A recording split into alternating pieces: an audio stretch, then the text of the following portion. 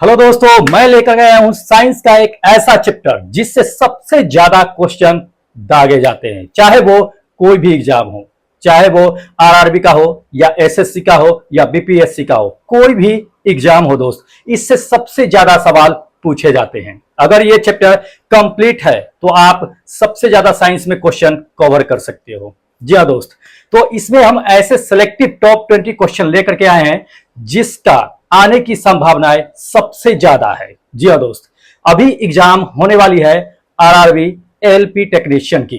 तो दोस्त, इसमें साइंस से इसी चैप्टर से सबसे ज्यादा सवाल दागे जाएंगे, तो इस चैप्टर को कंप्लीट करना बहुत जरूरी है। तो चलिए शुरू करते हैं इसी का टॉप 20 क्वेश्चन का। क्वेश्चन नंबर फर्स्ट में देखिएगा, क्वेश्चन नंबर फर्स्ट में दे दिया है कि हिमशैल का x भाग समुद्र पानी के अंदर रहता है तो x का मान क्या होगा। मतलब अगर कोई बॉडी है बर्फ का, हिमशैल मतलब बर्फ, तो उसका अगर x भाग अगर पानी में रहता है, अंदर रहता है, तो वो कितना भाग अंदर रहता है पानी में और कितना भाग ऊपर रहता है। तो ध्यान दीजिएगा, इंपॉर्टेंट है। ऑप्शन देख लीजिए, ऑप्शन इसका दे दिया है फर्स्ट में 8/9, 10/11, 8/11, 9/11। तो ध्यान रखिएगा, इसमें ऑप्शन जो होगा आपका करेक्ट होगा 8/9। अब समझते हैं कि कैसे है इसे। तो ध्यान दीजिएगा, क्या है कि कोई भी चीज जो हिमशैल होते हैं, अगर पानी में उसको डुबाया जाता है तो दोस्त उसका क्या होता है कि 9 गुना भाग, बड़ा भाग जो होता है वो जल के सीधे नीचे होता है, 9 गुना बड़ा भाग, और 10वां भाग जो होता है वो समुद्र के ऊपर रहता है।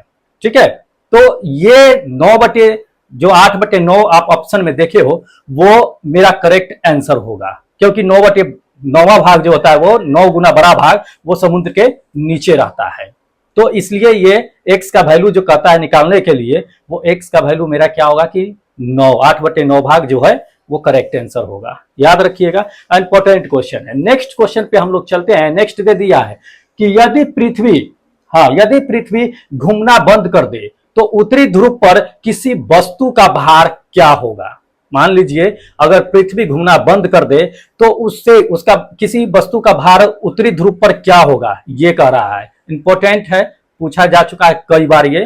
तो देखिएगा, इसमें ऑप्शन चलते हैं, ऑप्शन में देख लेते हैं। ऑप्शन में दे दिया है कि वृद्धि होगा, कमी होगा, वही रहेगा या शून्य हो जाएगा, क्या होगा। तो देखिए क्या है कि पृथ्वी अगर घूमना शुरू कर रहा है, उत्तरी ध्रुव पर कह रहा है, तो पृथ्वी अगर घूमना बंद करेगा तो किसी भी बॉडी का भार जो होता है वो गुरुत्वीय त्वरण की वजह से होता है, गुरुत्वाकर्षण की वजह से होता है। तो घूमना जो बंद करेगा तो उसमें सबसे बड़ी बात ये जान लीजिए कि उसके भार में कोई इफेक्ट नहीं पड़ेगा, कोई प्रभाव नहीं पड़ेगा। प्रभाव क्या पड़ेगा ये समझ लीजिए। प्रभाव ये पड़ेगा कि अगर पृथ्वी घूमना बंद कर दिया, अगर पृथ्वी घूमना बंद कर दिया तो इसमें 2 कंडीशन आएंगे। क्या कंडीशन आएगा समझ लीजिए, कभी पूछ सकता है एग्जाम में। कंडीशन ये आएगा कि पृथ्वी घूमना बंद करेगा तो सूर्य के जिस साइड जो भाग होगा वो काफी गर्म हो जाएगा, क्योंकि उस तरफ सूर्य का प्रकाश सबसे अधिक पड़ेगा। और दूसरी बात कि जिधर प्रकाश नहीं पड़ेगा वह उस साइड का भाग जो होगा वो काफी ठंडा हो जाएगा और बर्फ जमने की संभावनाएं बन जाएगी। वैसे रोटेशन पृथ्वी के होने से जीवन तो लगभग समाप्त ही समझिए कि हो जाएगा, उस पर जीवन नहीं रहेगा। दिन रात जो होता है वो पृथ्वी के रोटेशन घूर्णन की वजह से ही होता है। तो ये संभावनाएं होगी, लेकिन हमें क्वेश्चन यहां पूछा जा रहा है कि उसके भार पे क्या इफेक्ट पड़ेगा। तो भार में कोई प्रभाव नहीं पड़ेगा, जो भार है वही रहेगा। ठीक है, अगले नंबर क्वेश्चन पे चलते हैं। अगला नंबर क्वेश्चन दे दिया है, इंपॉर्टेंट है कि पृथ्वी के कृत्रिम उपग्रह के अंदर अगर एक पिंड का वजन कितना होगा, यह ध्यान रखना है। अगर कोई पृथ्वी है, पृथ्वी के ऊपर अगर कोई आर्टिफिशियल, ठीक है, सैटेलाइट है, और उसके अंदर अगर कोई एक बॉडी है, कोई वस्तु है, तो उसका वेट क्या होगा। तो पहले नंबर ऑप्शन देख लेते हैं, फिर बताते हैं आपको। ऑप्शन में देख लीजिएगा, ऑप्शन में दे दिया है कि एक शरीर के द्रव्यमान पर निर्भर करेगा, किसी भी बॉडी है उसके मास पर डिपेंड करेगा। दूसरा नंबर दे दिया है कि यह उपग्रह के वेग पर डिपेंड करेगा, निर्भर करेगा। तीसरा दे दिया है कि इसके द्रव्यमान और गुरुत्वाकर्षण का उत्पाद पे डिपेंड करेगा। चौथा दे दिया है कि शून्य होगा। तो ध्यान दीजिएगा कि पृथ्वी के ऊपर सैटेलाइट है और सैटेलाइट में कोई पिंड है, ठीक है। तो उसका जो है ग्रेविटेशन, जो गुरुत्वाकर्षण लगेगा उस पे, भार जो होगा, उसका वेट जो होगा, वो दोस्त 0 होगा। ठीक है, तो ये मेरा करेक्ट आंसर है कि वो 0 होगा। अब देख लीजिए इसको, जैसे कि ये पृथ्वी है, पृथ्वी के ऊपर सैटेलाइट है, तो सैटेलाइट है तो सैटेलाइट का वजन, पृथ्वी इसको अपनी ओर अट्रैक्ट कर रहा है, तो इसका क्या होगा कि उसका भार होगा पृथ्वी के लिए, लेकिन उसके अंदर अगर कोई अगर है तो उसके अंदर जो है क्या है कि उसका भार, वजन जो होगा वो 0 होगा। इसलिए स्पेस में देखते होंगे कि सैटेलाइट जो होता है उसके अंदर क्या होता है कि वेट लेस होता है, तो उसके अंदर एक आर्टिफिशियल गुरुत्वाकर्षण तैयार किया जाता है पृथ्वी के जैसा, ताकि लोग उसमें रहने वाले लोग जो होते हैं या जो भी जाए वो उस चीज को वहां सरवाइव कर सके, गुरुत्वाकर्षण के महसूस कर सके, नहीं तो ऐसे ही जो है डेड हो जाएगा वहां पे आदमी। तो ये चीजें है, तो उसके अंदर अगर बॉडी है तो उसका वजन कितना होगा, वो 0 होगा, वेटलेस होता है वो। भार किस पे लगेगा, सैटेलाइट पे लगेगा, वैसे पृथ्वी के ऊपर है। ठीक है, तो अगले नंबर क्वेश्चन पे चलते हैं। अगला नंबर क्वेश्चन दे दिया है कि पानी का महत्तम घनत्व कितना होता है। ये ध्यान दीजिए, पानी का महत्तम घनत्व कितना होता है, कई बार क्वेश्चन पूछा जा चुका है और इंपोर्टेंट भी है। तो पानी का महत्तम घनत्व देख लेते हैं। पहला ऑप्शन दे दिया है 40 डिग्री सेल्सियस, दूसरा दे दिया है 4 डिग्री सेल्सियस, तीसरा दे दिया है 10 डिग्री सेल्सियस और चौथा दे दिया है 0 डिग्री सेल्सियस। कितना होगा, तो महत्तम घनत्व कह रहा है, तो महत्तम घनत्व में क्या आएगा कि 4 डिग्री सेल्सियस पे पानी का महत्तम घनत्व होता है। कई बार पूछा जा चुका है, एसएससी में भी, रेलवे में भी कई बार यह क्वेश्चन पूछा जा चुका है, इंपॉर्टेंट है, याद रखिएगा इस चीज को। अगले नंबर क्वेश्चन पे चलते हैं। अगला नंबर दे दिया है हाँ कि हिमालय पर जी, स्मॉल जी दे दिया है, गुरुत्वीय त्वरण का मान अगर G1 है, ठीक है, और दे दिया समुद्री सतह पर जो है गुरुत्वीय त्वरण का मान अगर G2 है, तो कंडीशन क्या होगा ये देखना है। ऑप्शन पे चलते हैं कि दोनों में रिलेशन क्या होगा, हिमालय पर G1 का त्वरण और जो समुद्र में G1 का त्वरण। ठीक है, ऑप्शन देखिएगा, ऑप्शन नंबर दे दिया फर्स्ट में कि G1 जो होगा वो G2 के बराबर होगा, या दूसरा दे दिया कि G1 छोटा होगा G2 से, तीसरा दे दिया है कि G1 बड़ा होगा G2 से, चौथा दे दिया है यहाँ पे कि G1 बराबर होगा 2G2 से। तो ध्यान दीजिएगा, इंपॉर्टेंट है, समझिएगा। यहां पे कह रहा है हमें कि हिमालय पर गुरुत्वीय त्वरण और समुद्र के सतह पर ही गुरुत्वीय त्वरण। तो एक बात ध्यान रखिएगा, पृथ्वी पर जो होता है, पहले ऑप्शन इसका आपको करेक्ट बता देते हैं कि दूसरा नंबर ऑप्शन इसका करेक्ट होगा कि G1 जो है छोटा होगा G2 से। मतलब क्या है कि हिमालय पर जो गुरुत्वीय त्वरण होगा वो कम होगा, कहां, समुद्र के सतह पर जो है गुरुत्वीय त्वरण होगा उससे, यानी समुद्र के सतह पर गुरुत्वीय त्वरण का मान अधिक होगा, हिमालय पर गुरुत्वीय त्वरण का मान कम होगा। क्यों होगा समझ लीजिए। हाँ, अब ये पृथ्वी है, अब पृथ्वी है तो समझिए इसकी चीज, पृथ्वी के सतह पर जो होता है ना वो गुरुत्वीय त्वरण का मान सबसे अधिक होता है पृथ्वी के सतह पर, और जैसे जैसे सतह से ऊपर हम जाएंगे वैसे वैसे गुरुत्वीय त्वरण यानी जी का वैल्यू जो होता है ना वो कमता हुआ चला जाता है, कम होता चला जाता है। चाहे सतह से हम ऊपर जाएं या सतह से नीचे जाएं तो गुरुत्वीय त्वरण का मान क्या होगा, कम होता चला जाएगा।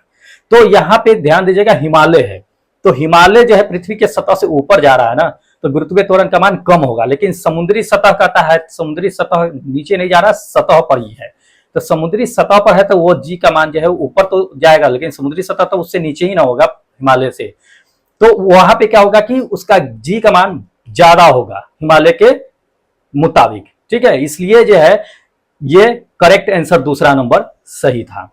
ठीक है, अगले नंबर क्वेश्चन पे चलते हैं।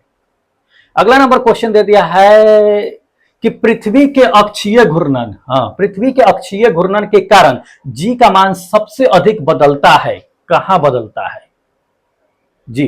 पृथ्वी अगर घूर्णन कर रहा है अपने अक्ष पे तो सबसे ज्यादा कहां पे गुरुत्वाकर्षण जो त्वरण होता है उसका मान कहां पे सबसे अधिक बदलता है। ऑप्शन देखते हैं, ऑप्शन में दे दिया है, देखिएगा पहला नंबर दे दिया है भूमध्य रेखा पर, दूसरा ध्रुव पर, तीसरा दे दिया भारत में या श्रीलंका में, चौथा दे दिया है कहां। तो ध्यान दीजिएगा, तो ऑप्शन जो होगा मेरा करेक्ट क्या होगा, भूमध्य रेखा पर है। भूमध्य रेखा पर क्या होता है कि गुरुत्वीय त्वरण का मान सबसे अधिक बदलता रहता है। ठीक है, और बाकी ऑप्शन पे उतना, ध्रुव पर अगर जाएंगे दूसरा नंबर देखिएगा ऑप्शन है, तो ध्रुव पर जाएंगे पोल पे, पृथ्वी के पोल पे, तो वहां पे क्या होगा कि गुरुत्वीय त्वरण का वैल्यू जो होता है वो 0 हो जाता है पोल पे।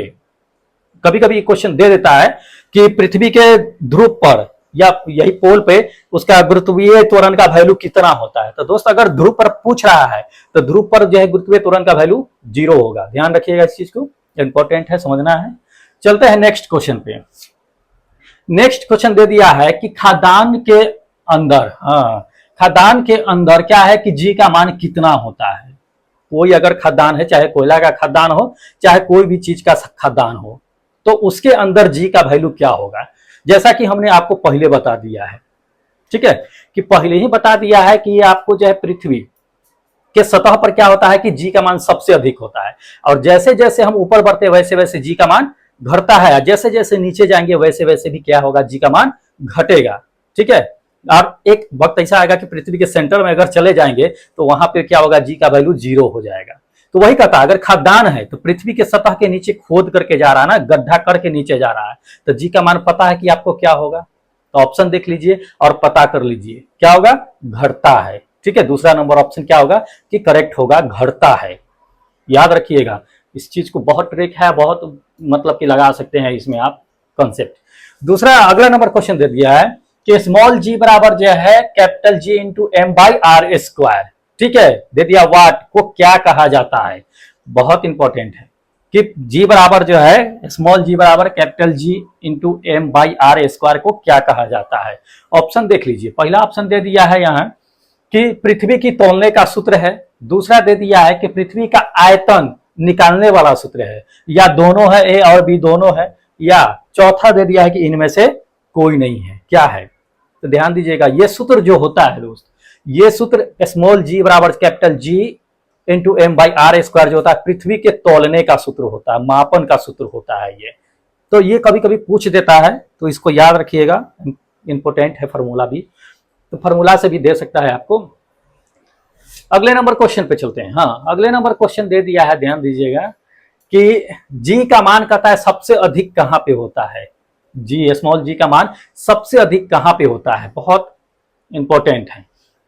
ऑप्शन देखिएगा, ऑप्शन दे दिया है कि पृथ्वी की सतह पर, दूसरा दे दिया है पृथ्वी की सतह से 5 लाख मीटर ऊपर, तीसरा दे दिया है पृथ्वी के केंद्र पर, और चौथा दे दिया है कि कहीं नहीं। तो कहां होगा ये जी का मान सबसे अधिक कहां पे होता है। मैंने इससे पहले आपको चर्चा कर दिया है, बता दिया है कि जी का मान कहां पे सबसे अधिक होता है और कहां पे सबसे कम होता है। तो कहने की बात नहीं है, ऑप्शन आप लगा सकते हैं कि कहां होगा।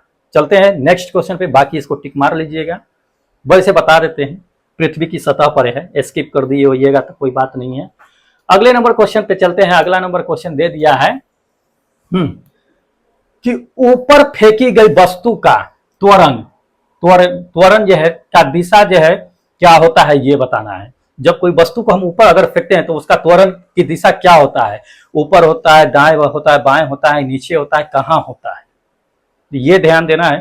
तो ध्यान दीजिएगा, अगर हम किसी वस्तु को अगर ऊपर फेंक रहे हैं तो त्वरण जो होगा उसका क्या होता है कि हमेशा नीचे लगता है। गुरुत्वीय त्वरण है, पृथ्वी अपनी ओर उसको नीचे खींचेगा, ठीक है। तो ये क्या होगा कि हमेशा नीचे की ओर होगा। तो ये मेरा जो होगा दूसरा नंबर ऑप्शन क्या होगा कि करेक्ट होगा, नीचे की ओर, ठीक है। अगले नंबर क्वेश्चन पे चलते हैं कि प्लायन वेग, हाँ बहुत इंपॉर्टेंट है, कई बार पूछा जा चुका है कि प्लायन वेग का मान क्या होता है, प्लायन वेग का मान क्या होता है। तो ध्यान दीजिएगा, पहले तो समझ लीजिए कि प्लायन वेग होता क्या है। प्लायन नाम से ही पता चलता है कि प्लायन हो जाना, गायब हो जाना। अब समझिए उसका मान पूछ रहा है कि कितना किलोमीटर होगा, क्या होगा। तो ऑप्शन देख लीजिएगा, ऑप्शन के हिसाब से पहले आपको हम बता देते हैं और ले चलते हैं। ऑप्शन के हिसाब से दे दिया है 9.8 किलोमीटर पर सेकेंड, दूसरा दे दिया 10 किलोमीटर पर सेकेंड, तीसरा दे दिया है यहाँ कि 11.2 किलोमीटर पर सेकेंड है, चौथा दे दिया है 12 किलोमीटर पर सेकेंड। क्या होगा, तो पहले समझ लीजिए प्लायन वेग होता क्या है, फिर आपको बताते हैं कि प्लायन वेग कहने का मतलब ये होता है कि किसी भी वस्तु को हम इतनी स्पीड से ऊपर फेंके कि दोबारा लौट के पृथ्वी पर ना आए, हमेशा वो गायब ही हो जाए, इतना स्पीड होना चाहिए। तो वो स्पीड कौन सा होता है, जिस स्पीड से अगर किसी वस्तु को अगर हम ऊपर फेंके, पृथ्वी फिर उसको अपनी ओर आकर्षित न कर पाए, पृथ्वी गुरुत्वाकर्षण को पार कर जाए, वह कौन सा स्पीड होता है? तो दोस्त वो स्पीड जो होता है 11.2 किलोमीटर पर सेकेंड होता है। अगर इस स्पीड से हम किसी वस्तु को अगर ऊपर फेंकते हैं तो वह गुरुत्वाकर्षण क्षेत्र पृथ्वी का जो होता है उसको पार कर जाएगा, वो फिर दोबारा कभी लौट के पृथ्वी पर नहीं आएगा, तो वो पलायन वेग होता है। तो ये मेरा थर्ड नंबर ऑप्शन क्या होगा कि करेक्ट होगा 11.2 किलोमीटर पर सेकेंड। ठीक है, अब अगले नंबर क्वेश्चन पे चलते हैं। अगला नंबर क्वेश्चन दे दिया है कि जब किसी वस्तु को विषुवत रेखा से ध्रुव की ओर ले जाया जाता है तो उसके भार में क्या होता है परिवर्तन, ये बताइएगा। विषुवतीय रेखा से कहां ले जा रहा है? ध्रुव की ओर ले जा रहा है। क्या होगा? ध्रुव की ओर। तो विषुवत रेखा से ले जा रहा है ना, ध्रुव की ओर ले जा रहा है, तो ध्रुव की ओर ले जाएगा तो सतह से होते हुए ना जाएगा। ठीक है, तो पहले नंबर बात जान लीजिए कि ऑप्शन देख लेते हैं। ऑप्शन दे दिया है कि बढ़ता है, दूसरा दे दिया है घटता है, तीसरा दे दिया है तेजी से घटता है, चौथा दे दिया न तक बढ़ता है न तक घटता है। क्या होगा? बहुत सिंपल है, विषुवतीय रेखा से ले जा रहा है पृथ्वी के ध्रुव की ओर, तो पृथ्वी के ध्रुव की ओर विषुवतीय अगर रेखा से ले जा रहा है तो स्वाभाविक है कि पहले बढ़ेगा ही। ठीक है, जब ध्रुव पे जाएगा तब ना, लेकिन अभी ध्रुव की ओर ले जा रहा है, ध्रुव की ओर सतह को भी पार नहीं किया है, तो हमारा मान क्या होगा कि वो बढ़ेगा। तो ऑप्शन मेरा करेक्ट क्या होगा? फर्स्ट नंबर ऑप्शन करेक्ट होगा कि बढ़ेगा। ठीक है, तो ध्यान रखिएगा, इससे बहुत ज्यादा क्वेश्चन पूछा जाता है। अगले नंबर क्वेश्चन पे चलते हैं हम लोग। हाँ, अगले नंबर क्वेश्चन देख लीजिएगा। दे दिया है कि यदि ध्रुव पर गुरुत्वीय त्वरण का मान जीपी, ध्रुवीय मतलब जीपी मतलब पोल दे दिया है, ठीक है, और विषुवतीय रेखा पर दे दिया है गुरुत्वीय त्वरण का मान जीई हो तो निम्नलिखित में कौन सा कथन सही होगा? तो ध्रुव मतलब कि पृथ्वी के ध्रुव पे गुरुत्वीय त्वरण का वैल्यू और जो विषुवतीय रेखा पर गुरुत्वीय त्वरण का वैल्यू, दोनों में रिलेशन क्या होगा ये हमें देखना है। ठीक है, तो रिलेशन क्या होगा ये हमें देखना है। देख लीजिए, पहला नंबर में दे दिया है कि जीपी बराबर होगा जीई, मतलब पोल पे जो गुरुत्वीय त्वरण होगा वो विषुवतीय रेखा पर जो त्वरण होगा गुरुत्वीय त्वरण, दोनों का मान बराबर होगा, ये है। या दूसरा दे दिया है कि जीपी पोल पे जो गुरुत्वीय त्वरण होगा उसका वैल्यू जो होगा बड़ा होगा विषुवतीय रेखा पर जो है गुरुत्वीय त्वरण की। या तीसरा दे दिया है कि गुरुत्वीय त्वरण जीपी का मान जो होगा वो कम होगा, किससे? विषुवतीय रेखा के गुरुत्वीय त्वरण से। या कुछ निश्चित नहीं है, डी नंबर। तो अभी इससे पहले क्वेश्चन हम आपको रिपीट किए हैं कि अगर विषुवतीय रेखा से ध्रुव की ओर अगर ला रहा है गुरुत्वीय त्वरण को तो क्या होगा? बढ़ेगा, मतलब ध्रुव की ओर जो है ज्यादा होगा विषुवतीय रेखा के मुताबिक गुरुत्वीय त्वरण। तो ये मेरा ऑप्शन क्या होगा? पोल वाला बड़ा होगा जीई से, विषुवतीय रेखा से। तो ये 2 नंबर मेरा ऑप्शन क्या होगा कि करेक्ट होगा, बड़ा होगा। ठीक है, तो ये चीजें है, इंपॉर्टेंट है, इस चीज को ध्यान रखिएगा, बहुत बार पूछा भी जाता है। अगले नंबर पर चलते हैं हम लोग। अगला नंबर देते हैं कि आर त्रिज्या वाली पृथ्वी के केंद्र पर किसी वस्तु का भार क्या होगा। हाँ, देख लीजिए, अब कोई पृथ्वी का त्रिज्या है, जैसे ले लेते हैं यह पृथ्वी है, इस पृथ्वी का त्रिज्या आर है, आर है तो इस पे जो है सेंटर है, यह पृथ्वी का सेंटर है, देख लीजिए सेंटर है, सेंटर पे इसका क्या है? गुरुत्वीय त्वरण का वैल्यू क्या होगा? पोल पे हम आपको इससे पहले भी बता दिए कि पोल का वैल्यू क्या होता है, कहने की बात नहीं है। तो इसमें क्या होगा? पोल पर जो है गुरुत्वीय त्वरण का वैल्यू 0 होता है, क्योंकि क्या होता है कि चारों ओर से गुरुत्वीय त्वरण क्या होता है कि लगता है, तो चारों ओर खिंचाता है, तो उस जगह पे जी का वैल्यू क्या होता है? जब चारों जगह खिंचाएगा तो इसका वैल्यू 0 हो जाएगा। जैसे एज ए लाइक मान लीजिए आपकी एक मैग्नेट है, या चारों ओर से मैग्नेट लगा दीजिए, बीच में किल रख दीजिए, किसकी ओर आकर्षित होगा? किसी की ओर आकर्षित नहीं होगा, क्योंकि सब चारों ओर से समान बल से क्या करता है? आकर्षित करता है। तो उसका उस समय जो होगा भार जो होता है ना वो 0 होता है, क्योंकि चारों ओर से फोर्स लगता है उस पर, मैग्नेटिक फोर्स। उसी वही समझ लीजिए इस पृथ्वी पे कि चारों ओर से इस पे क्या लग रहा है? गुरुत्वाकर्षण बल लग रहा है, तो जी का वैल्यू वहां पे क्या होगा? 0 होगा। ठीक है, तो ये 0 मेरा ऑप्शन जो होगा करेक्ट होगा। देख लीजिए ऑप्शन देख लीजिए, पहला नंबर शून्य है, दूसरा अनंत है, तीसरा पृथ्वी की सतह पर आर गुना होगा, ये दे दिया है। या दे दिया कि पृथ्वी की सतह पर भार जो है 1/r² पृथ्वी की सतह पर होगा, लेकिन ये सब कुछ नहीं होगा, 0 होगा। ये करेक्ट आंसर है। ठीक है, तो अगले नंबर पे चलते हैं। अगले नंबर क्वेश्चन दे दिया है कि जब आम के पेड़ से, देखिएगा, जब आम के पेड़ से आम गिरता है तो क्या होता है। आम के पेड़ से जब आम गिरेगा तो क्या होगा। आपको डायरेक्ट समझ रहे हैं कि क्या समझ रहे हैं आप लगा दीजिएगा, लेकिन वो चीजें नहीं होगा। ऑप्शन पे चलते हैं। ऑप्शन नंबर फर्स्ट में दे दिया है कि पृथ्वी ही आम को आकर्षित करेगा, ये करेक्ट होगा, या केवल आम ही पृथ्वी को आकर्षित करेगा, या आम ही पृथ्वी को आकर्षित कर लेगा। दूसरा, आम और पृथ्वी दोनों एक दूसरे को आकर्षित करेंगे, ठीक है।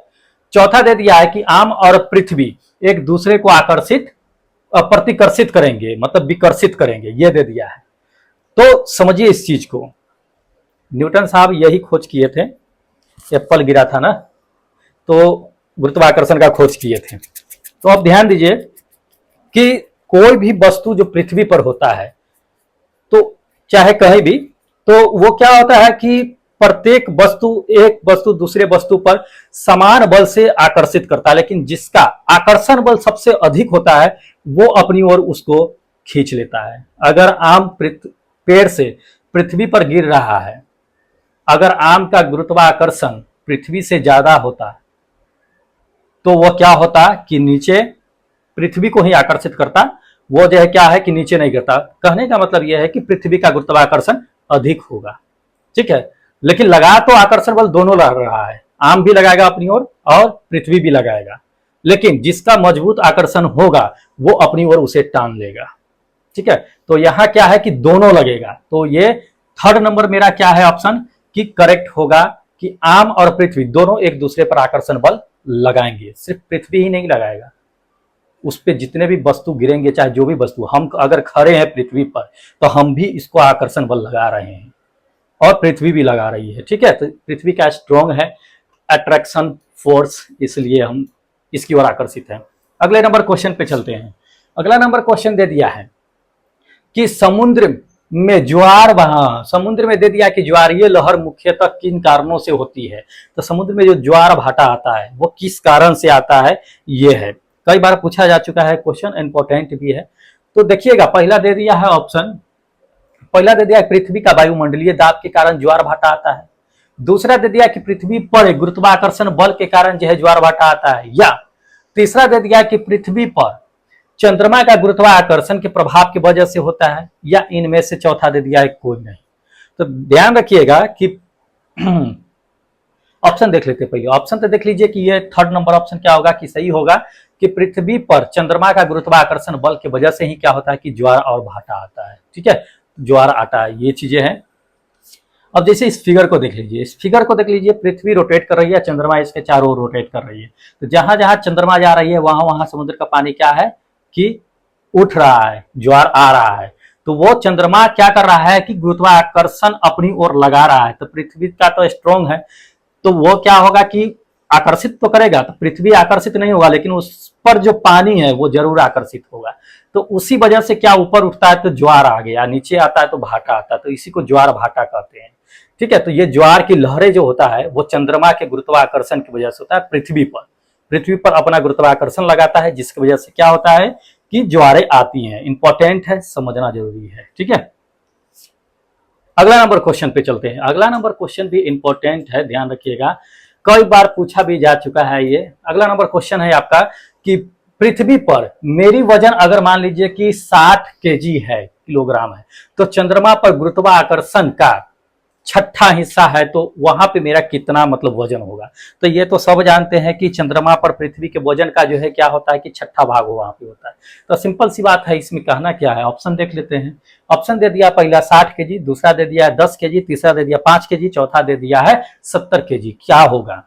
तो अगर पृथ्वी पर 60 केजी मेरा वेट है, तो चंद्रमा पर छठवां भाग होता है, मतलब 6 से उसमें भाग दे देते हैं। तो 6 से जब भाग देंगे 60 में तो कितना आ जाएगा, 10 केजी आएगा। सिंपल सी लॉजिक है। तो ये मेरा थर्ड नंबर क्या होगा ऑप्शन कि करेक्ट होगा 10 केजी, ठीक है।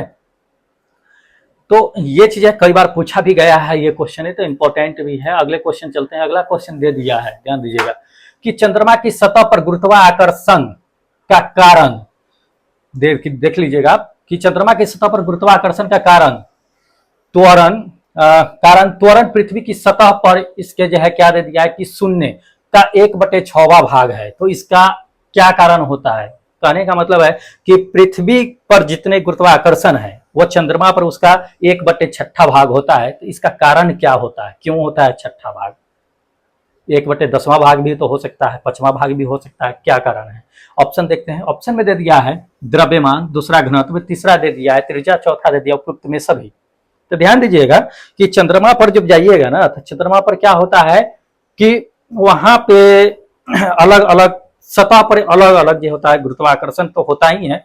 दूसरी बात है कि द्रव्यमान भी वहां पे क्या होता है कि अलग अलग होता है, किसी भी वस्तु का घनत्व भी अलग अलग होता है, त्रिज्या भी अलग अलग होता है, क्योंकि वह शेप में पृथ्वी के अकॉर्डिंग जो है सही नहीं है, कहीं गड्ढा है, कहीं जो है बहुत ज्यादा ये है, तो उस तरह का है। तो इसलिए क्या है कि ये सभी होने के वजह से वहां पे क्या है कि 1/6वां भाग पृथ्वी के गुरुत्वीय त्वरण के होता है। ये गुरुत्वाकर्षण का 6वां भाग इसी वजह से होता है।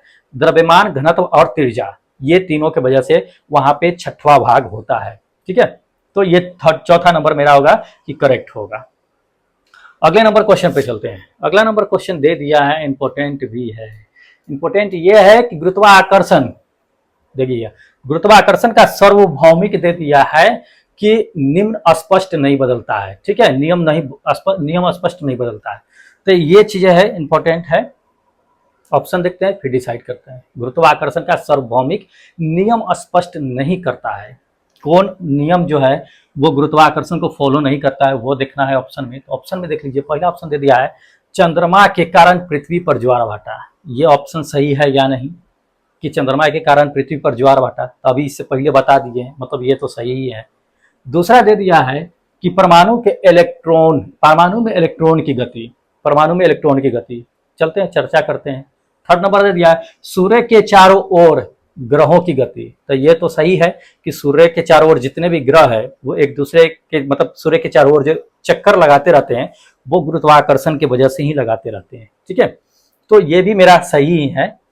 चौथा दे दिया है यहाँ पे कि पृथ्वी के चारों ओर चंद्रमा की गति। तो चंद्रमा भी जो पृथ्वी के चारों ओर गति करती है वो गुरुत्वाकर्षण के कारण ही करती है। लेकिन दूसरा नंबर ऑप्शन जो मेरा दे दिया है कि परमाणु में इलेक्ट्रॉन की गति, तो परमाणु में जो इलेक्ट्रॉन गति करते हैं उसका गुरुत्वाकर्षण से दूर दूर तक कोई रिलेशन नहीं है। तो ये उसका कोई नियम पालन नहीं करता है, इसलिए ये मेरा करेक्ट आंसर होगा। ठीक है, अगले नंबर क्वेश्चन चलते हैं। अगला नंबर क्वेश्चन है और लास्ट क्वेश्चन है टॉप 20 का। टॉप 20 का लास्ट क्वेश्चन नंबर कह रहा है कि गुरुत्वाकर्षण के कारण त्वरण भिन्न होता है। ठीक है, कहां होता है ये बताना है। तो ऑप्शन देख लेते हैं। ऑप्शन दे दिया है कि ऊंचाई पर, दूसरा दे दिया है कि गहराई पर, और तीसरा दे दिया है कि यहाँ के आकार पर, चौथा दे दिया इन सभी के साथ। कहां पे होता है गुरुत्वीय त्वरण भिन्न?